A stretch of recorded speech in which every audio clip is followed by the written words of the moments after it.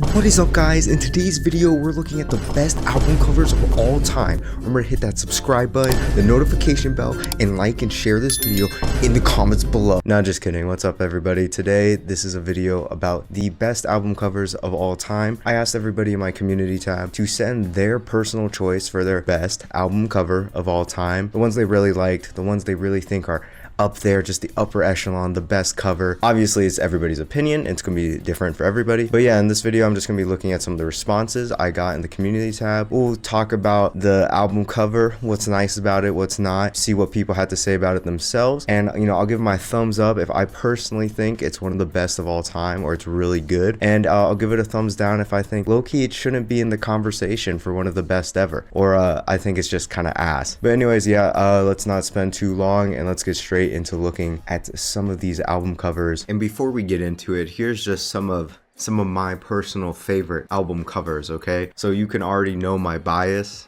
because I'm gonna be probably hella biased by some of the stuff. They're just gonna be flashing on the screen here. Some of my favorites that I love to death. I would get a poster of it in my room. I'd set it as my wallpaper. We're gonna first start off with the Patreon members' replies, okay? If you like what I do, go on my Patreon.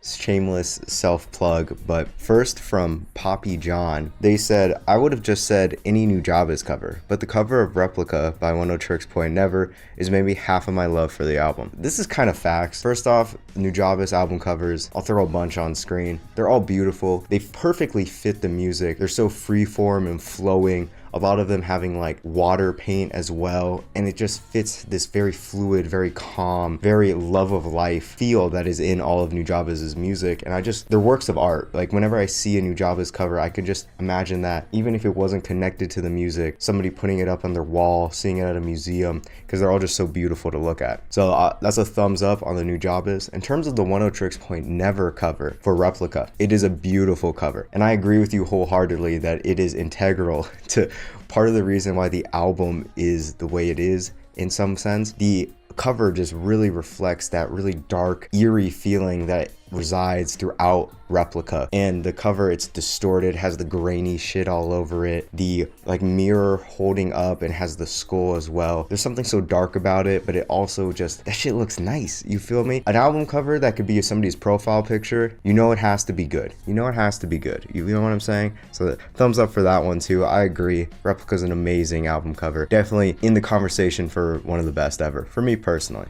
Next, from another patron, we have I Pick Your Pocket saying, my pick is Daydream Nation by Sonic Youth. The album title, Daydream Nation, gives you the impression of something rebellious and high energy, and the band name, Sonic Youth, just doubles down on that. But there is nothing punk or flashy about the cover. It's just a mysterious dark room with green walls lit by one candle. The moment I saw it, I knew I had to check this thing out. Like, that's an insane level of aura in one picture. Facts. The candle, they're aura farming. Oh, aura.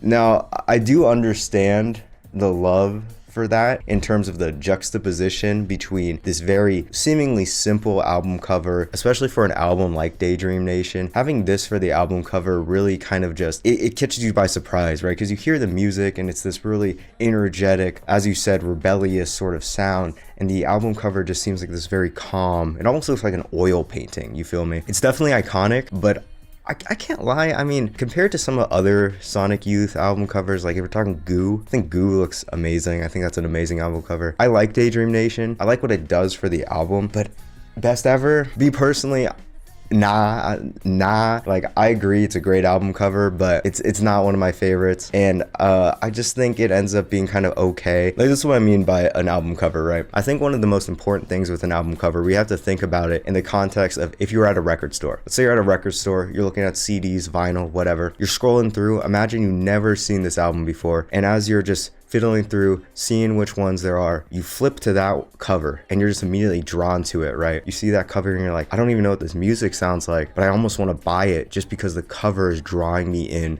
so much. And for me personally, Daydream Nation, the cover doesn't do that. It doesn't do that for me at all. Now, moving on to some more from the community tab, we have Alec Burgess saying, Velocity Design Comfort by Sweet Trip has one of the best and most fitting covers I've seen. The image matches the sound of the music perfectly, and it's just sick as hell. Been my computer background for years. Yeah, I completely understand that. As I said with the record store thing, it also applies to like wallpapers. Would you get a poster of it? Stuff like that is what makes an amazing album cover amazing, right? It's like, besides the music, that art that represents it, you just love the art itself, and you'd be willing to put it up, you'd be willing to show it to people, and it's an album cover that you could show to somebody and they're just like, I should check that album out because I love the cover. I do agree with you, it fits the music well. Like I'm looking at it on the phone right here, right? It's this weird like liminal picture, right? It's sort of abstract. We got the flat like white tile, you know, it looks like some Asian kitchen, and then we have the rainbow effect on one quarter of the cover, and we have this weird like abstract sort of building, this like almost like brutalist looking building as well. It looks like it's almost thrown on there, but it fits. It feels like it needs to be there. And then I love, of course, in the top left corner, we got that just sky with the Sweet Trip and Velocity Design Comfort. I think the font also looks amazing. That's another sort of small thing on album covers. A font, if they decide to put the name of the album and the name of the band on the cover, can be make or break. I can't lie. If you do some shitty font on your cover, that might be raps. But this one, it looks amazing. It's immediately eye-catching. There's so much going on, right? And it feels like the glitchy, just broken up sound of the album itself. So I'm gonna give that a thumbs up. I agree with you. Definitely in conversation for one of the best ever. Sorry guys, I gotta change the setup real quick. My foot fell asleep. Does that look all right? I think that looks fine. Sorry, changing setups mid-video. I'm washed. I haven't done one of these sitting down talking videos in a minute. That's actually cap. I've done it pretty recently. Here we go. That should be better. I had to switch it. I was holding the microphone. It wasn't a good setup. Okay, so let's get back to it. Next, from Generic Onion 6255. To see the next part of the dream by Parannoul. The shade of blue used just makes me feel such a deep sense of nostalgia and yearning for better times that I haven't seen in much art. Also, this album came out during the pandemic times, so it made me want to go outside during the summer. Also my profile too, I guess. Your profile is By the Time I Get to Phoenix, the Injury Reserve album. That's an amazing album cover. It's so striking. The person right in the middle, the deep red of the album cover. Also the distortion all around that photo is amazing. That's a fantastic album cover. I think immediately it stands out, and when we're looking at lists for the end of the decade, By the Time I Get to Phoenix will be an album cover that is going to just stand out so much amongst all the others. But to get to your main album cover, what I completely agree with is To See the Next Part of the Dream by Parano. When I think of an amazing album cover, this is one of the first to come to mind. Everything about To See the Next Part of the Dream, this album cover, even if I ignore the music it is connected to, this shit is so gas. Do you see this? One of the main things is, as you said, just this solid blue as the base. There's no like mixing of the blue. It's a solid bright blue as the background, and this just clashes so well with the smokestack that's right through most of it. And then we have a few of those birds on top as well, just clashing this white and blue so well. Like everything about this cover is just fantastic, right? Again, we have this amazing smokestack in the middle, but it's not just white. There's various shades of gray in it as well, but it's very blocky. You can tell it's drawn. You can tell it's not a photo, even though it's based off a single frame from All About Lily Shoo Shoo, a movie. As well, having those birds up there, just a few little birds, adds to this just blank blue canvas. And of course, having just the tip of the smokestack seen on the cover and having that be the only part that is shaded, is outlined in black, makes that part stand out as well, makes it add to the fact. I didn't even notice this. I'm looking at my CD right now. I'm pretty sure the smokestack itself is actually from the frame. It's not drawn. It's outlined very like just MS Paint-esque, which really just makes it stand out. I think it's an album cover that immediately is just striking. If you see this at a record store, tell me you're not going to be slightly interested. I do think it also reflects the music amazingly. Just this feeling of nostalgia, this feeling of just looking up at the sky, just observing the clouds when you feel lost and you're just staring at the sky, observing the clouds, thinking. It's beautiful. And it also reflects this idea of the beautiful world that's directly on the album. Amazing album cover. I think it's one of the best ever, in my opinion. I 100% agree. Next, from Hassan 1401, Stratosphere by Duster feels like they somehow made the music into an image. I think it's incredibly fitting and it just captures the atmosphere the sound creates perfectly. Now this, I'm gonna have to completely agree with. It's honestly an album cover I kind of like more than the actual music itself, if that makes sense. Whenever I see the Stratosphere album cover, I always want to listen to the album. When I see the cover, I can instantly hear the music in my head. It's as you said, it feels like they put the music in an image. All the colors being super muted and muddy. We have this green on the bottom with 2 shades, then the yellow line, and then this just dull gray sky. It feels like you're looking at like a hill, but you're just so unimpressed. And of course, having that white stripe on top with Duster / Stratosphere, amazing choice as well. It obviously gives some Earth 2 vibes, which is also another amazing album cover. Yeah, no, it's perfect. I think it's a perfect album cover. Definitely one of the best of all time. I will say though, I like the album cover more than the music because whenever I see it, I start listening to the album and then I'm like, yeah, this album's not bad, but the cover's fucking fire. Easily one of the best ever. I'm gonna 100% agree with the Stratosphere album cover. Next from the comments there. Helplessness Blues by Fleet Foxes is insane how detailed it is when you look closely at it. It looks exactly how the album sounds, which is neat. Yeah, that's as we said with a lot of these, it reflecting the music is important. It's a very complex album cover. It's just so interesting to look at because it's an album cover where when you look at it from a glance, you can almost feel like you got the whole image, but then you begin to look closer and you're like, whoa, this is actually made up of a lot of different stuff. It's like a Lego, you feel me? It's the Lego of album covers. I also love the black border around this cover as well. I think that fits super well. So yeah, I'm gonna have to agree with you. I love this album cover. I think it's definitely up there for one of the best, if not for one of the best ever, or at the very least one of the best 2010s easily. Next we have from Ray FC311. Since I Left You by the Avalanches, it does such a good job capturing the vibrant feeling of the album, and the dark shade of blue and light yellow on the cover just complement each other perfectly. Also, it is a pre-existing work, the sinking of the USS President Lincoln on 31st May 1918. Dana Marsh. Okay, thank you for the info. So not only the album, even the cover itself is a sample, which is super. That's a great way to put it. That's actually an amazing way to put it. That makes perfect sense, of course, with the backstory of Since I Left You and just the sheer amount of samples in that album, how it's completely made of samples. That's a great point, that the cover itself is also a sample, you could say. That's an amazing album cover, right? It almost feels like it shouldn't work because it feels almost tragic. It fits the music perfectly because it's almost like a mess, right? All these people, the sinking, it's almost overwhelming how much is going on. There's just so many people, but it fits it perfectly. The Since I Left You album cover, I think I don't know how you could hate it. It's easily one of the best of all time. It looks fantastic. And it's also kind of in this camp. There's a few albums, or not a few, there's a lot of albums that use pre-existing pieces of art as the album cover. And there's tons that do this. Obviously, I think one of the most popular recently would be like Death Consciousness, how it uses the one image from it's like one of the French revolutionists like getting stabbed. I forgot what the piece is called, but that's like the backstory of it. And like that album cover fits perfectly as well. Yeah, Since I Left You, huge thumbs up. It's one of the best ever, easily. It has to be in that discussion. Next we have from Lane Music Man, the Now Now and Never. I don't really have as much of it's a work of art type reason as a lot of other people when they're saying their favorite album cover, but this one just brings an emotion I can't really describe. It's like somehow longing and nostalgia at the same time.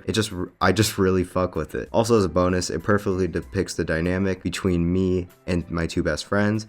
Oh, holy shit, I completely butchered reading that. Also, as bonus, it perfectly depicts the dynamic me and my 2 best friends have, so that's another thing for it. Album is great as well. I highly recommend it. It's just an overall vibe. Now, I've listened to the Now Now and Never a few times actually. I can't say I've necessarily remember it too well, but I do love the album cover. It's something that I don't know personally. I think I might be biased. A lot of the 2020 onwards album covers, stuff of this current decade, I just find myself gravitating to a lot. It might be because a lot of these are made digitally and by people similar to my age, so there's kind of that similar art style appeal that people are drawn to with these newer album covers. But the Now Now and Never is an amazing album cover. Like, come on, just look at this shit, bruh. Like the sunset, it almost looks like a real image with everything being blacked out, and then we have this drawing on top, very rough drawing of the one person hitting the peace sign with the 2 friends in front. As you said, it immediately hits that nostalgia. it immediately makes you think of like those times you were with your friends just doing stupid shit. It's just beautiful. The fact that you said it's like it reflects you and your friends, that's beautiful as well. It's just an amazing album cover. I love how the title and the name is just in the top right, very discreet. I think it works really well. And the drawings being just white compared to the very black, very dark sunset of the main part of this album cover. Beautiful. It's beautiful. What can I say? Next, we have Sammy Boy. Death's Dynamic Shroud has so many great album covers in their discography. If you know me, you know I'm gonna have to go with I'll Try Living Like This. One of the best album covers to show how the album would actually sound like with this glitchy, vibrant, and colorful look. I wouldn't say it's the best album cover of all time. I'm indecisive, but it is an album that I hold near and dear to my heart. I would also like some other album covers in their discography that are great even if they won't be shown here. Other albums include Regret When It Was Lost, Yellow Flower Lost, Transcendent Spot, Poison, Heavy Black Heart, Derelict / Endless series, and a lot more. I do agree with a lot of this. I think in general vaporwave album covers are fantastic, most of them. A lot of them are super nostalgia baity, I can't lie, but there is something nice about the way vaporwave album covers look, even though half of them are just like, yo, here's this random commercial or show or something from Japan in the 80s.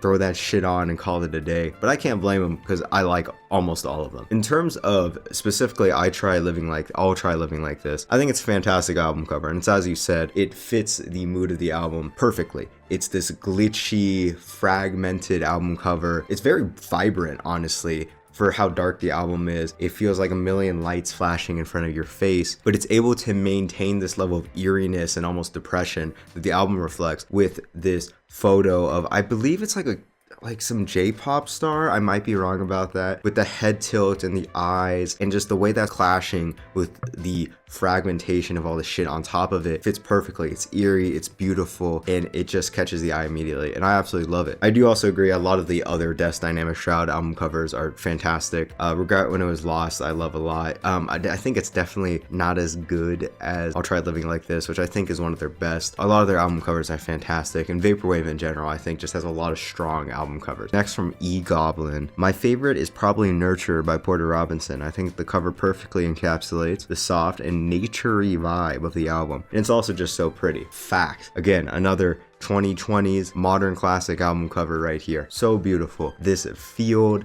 just grass, these tall blades, you got some flowers in there too. The way Robinson is just, Mr. Robinson is just laid out, wasted as fuck, laying in the middle of the field. It just feels like getting lost in this sense of nature and being nurtured by nature itself in a way. And yeah, it reflects the music perfectly. It's a beautiful album cover. It's one, when I saw it, I immediately was like, this album is probably going to be a banger because I love the album cover. Definitely giving that a thumbs up. One of the best of the 2020s so far. Next, we got from Zacrae. Yeah, it's Rage Against the Machine, self-titled. It's vile, loud, and reflecting how the music sounds too. At first, I thought this is just a cool picture for a metal album cover, till my friend told me that's a Protestant message of some sort, and after the cover started making even more sense. Yeah, no, this is literally actually one of the best album covers of all time.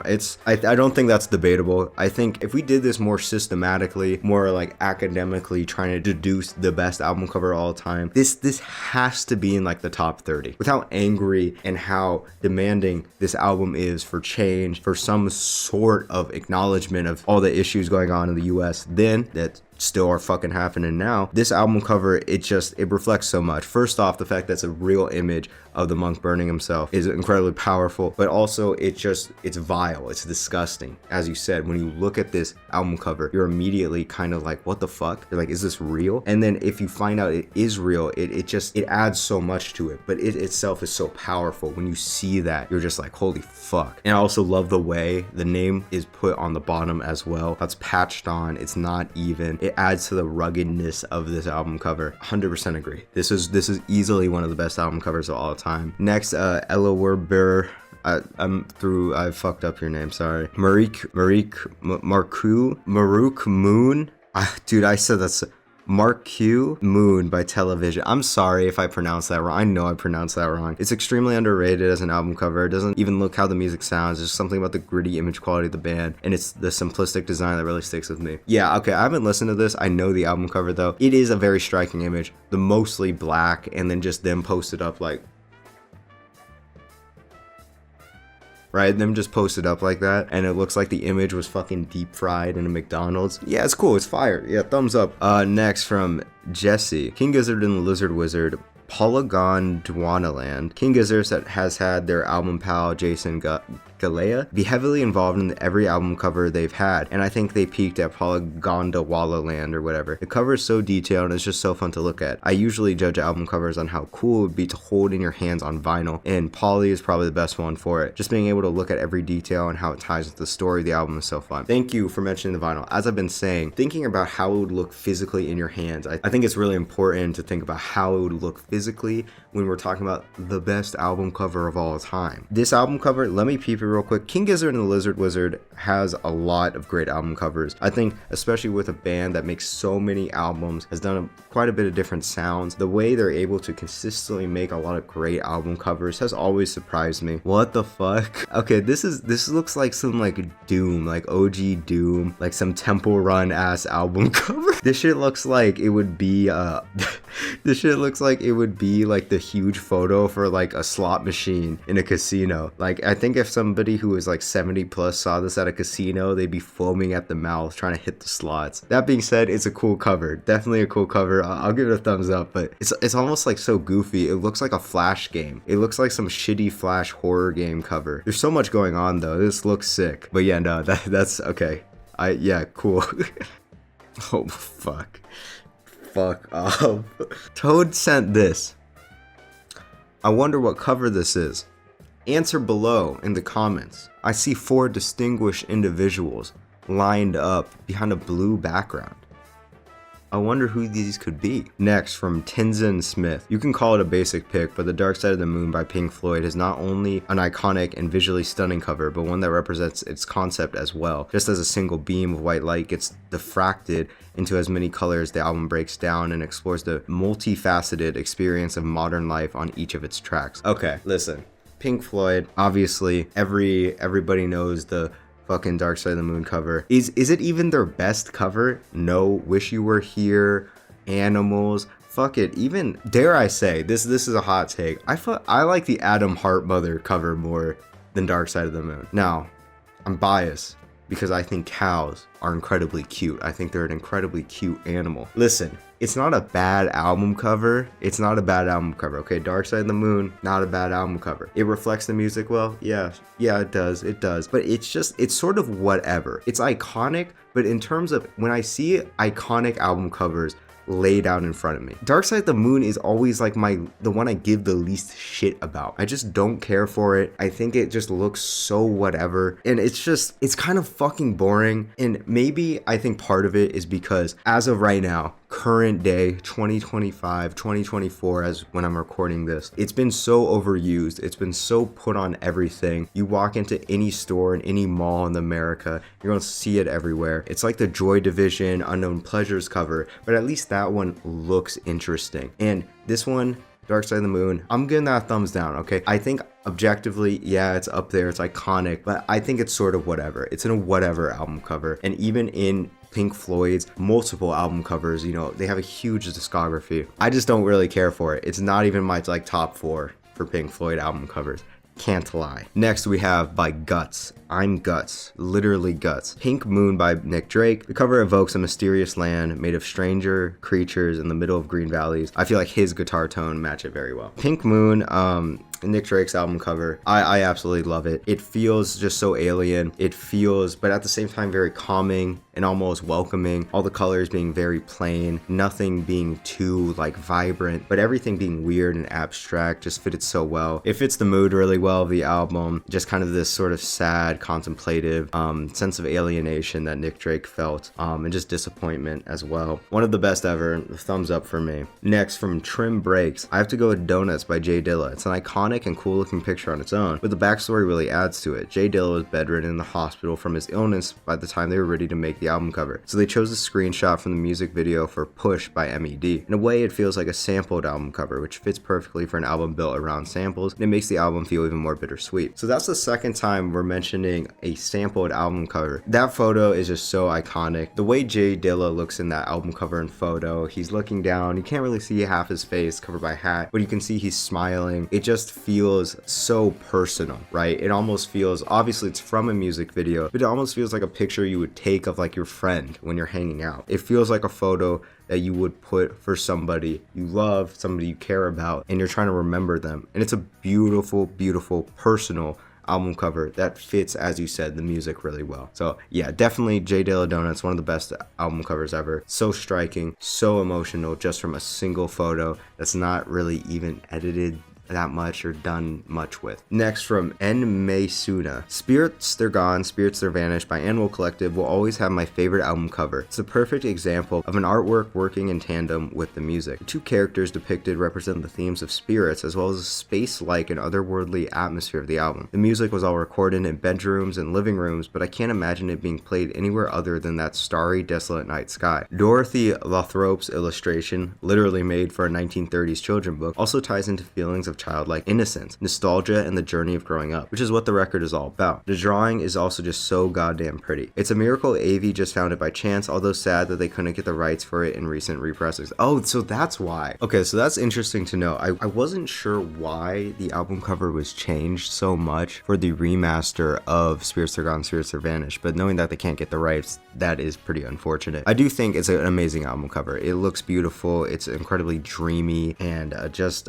abstract to just the right amount. Feels alien, but also very comforting. And it's beautiful. I love how they're not placed in the middle of the characters in the album cover as well. Knowing that it's from a children's book about growing up, that makes so much sense, because that is, as you said, literally what the album is about. It's an amazing album cover. I think it's one of the best of all time. I 100% agree with you. Next, from Echo South, Karas and Calypso in the Deep Time. So nostalgic and beautiful. I mean, it's cool. It's cool. White, green, little seal, little girl character as well. It's a very beautiful album cover. It looks like an amazing piece of art. You know, if some Twitter artist or some Instagram artist posted that shit and there was no music attached, people would still love it. It's a beautiful album cover. Definitely fits the music. Just very lush, very green. You know, the music, that's how I describe the music for Karas and Calypso. Green. Perfectly sums up the sound of the album. Alright, here we go. I expected this. Quiet and Drive says, Godspeed You Black Emperors, Lift Your Skinny Fists Like Antennas to Heaven is the first album cover that comes to mind for me. The idea of heaven and the vastness of the beyond. It's a concept that is expressed beautifully in this cover. The red sparks on the brownish background just work so well. This album cover is minimalistic in its representation. Meanwhile, the music is the most high concept, maximalist art I've heard. That juxtaposition works amazingly. Yeah, it's a great album cover. It's really good. You know, it's super iconic. The sort of red, like, tinges, like Spidey sense looking at shit coming off with that just super matte like beige background looks great. You know, but I personally prefer the version where they're petting the cat's stomach. So that's all I have to say. Maple Syrup says, is it really a normal person reviews video if we don't talk about the 98-12-28 album cover just like reeks of emotion? I'd also like to drop a mention for First Utterance by Komos, especially the full cover. When you include the back, it just looks demented and wicked and evil like the album. Okay, yeah, I mean, that's facts.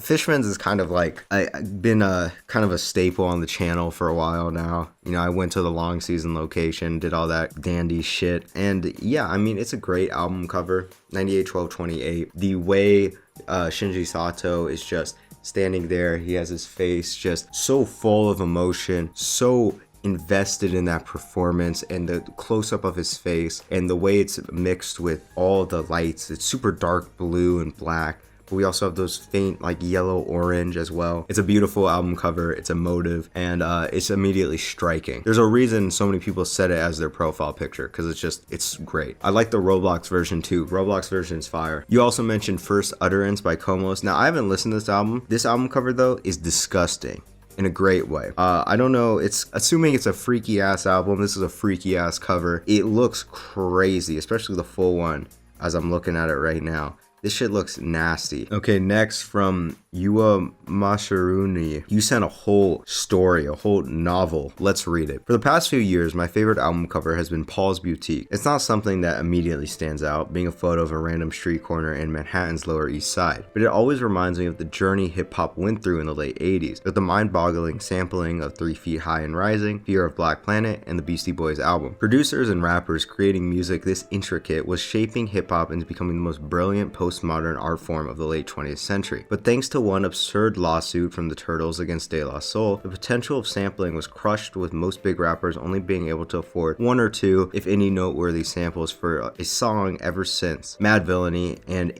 Introducing gave us a glimpse at what might have been. But going back to Paul's Boutique, it's an unassuming ground level pick of New York, and that's exactly why I love it. All that stands out is a market selling clothes and records and a banjo. We'll peep the album cover in a sec, but there's so much character there without even a person's face being visible in frame. You see those Al Green and Modern Lovers album covers in the corner next to a bunch of jerseys and radios in the middle of a bustling city, and you realize there's so much inspiration all around for people in any medium. New York has been the home of so many forward-thinking artists, from Bob Dylan and Bosquet. I know the artist, I don't know how to pronounce his name, I'm sorry, to the initial trailblazers of hip-hop like who I mentioned earlier. How many icons like this have risen from humble beginnings, and how many more will we see in the future? And on top of all that, I just find the colors and heavy shadows to be really eye-catching and dynamic. Today, the same street corner is the site of a bougie rap shop, albeit with the Beasties graffiti right next to it, and serves as another sad reminder of how boundary-pushing art inevitably gets buried under mass-market commodities. At least we'll always have Paul's Boutique and its contemporaries as monuments to some of the greatest innovators in American culture. Also want to throw in a quick shout out to the microphones in 2020, Black Sabbath self-titled, Long Season, and In the Rainbows. The composition of each of those covers is stellar. Okay, so you really went hard on this. You wrote a whole ass essay. You really fulfilled the Canvas group section reply requirement. Yeah, you really put your work in this. I can't really say much more than what you did. Paul's Boutique is a beautiful album cover. And as you said, you put it beautifully, and how simple it is, but it's able to capture that moment. I think it's really interesting what you said in terms of that album cover reflects just the environment, how these people grew up in, this environment that surrounded them, that inspired them to create this art. It's an amazing way to put it. And yeah, it's a brilliant cover. I love how the colors work in it. I love the simplicity of it. It is definitely one of the best of all time. It's up there for sure. That was really beautiful, really well put on Paul's Boutique. Great stuff, Yumarashi. Hello, okay.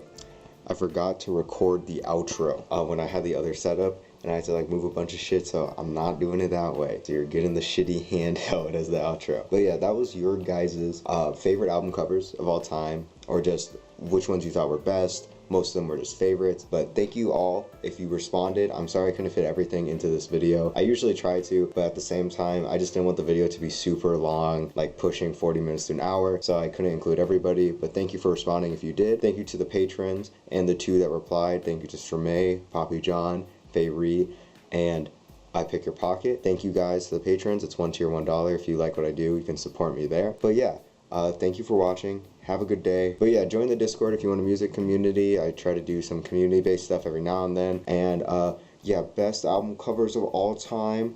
Thanks for watching. Bye.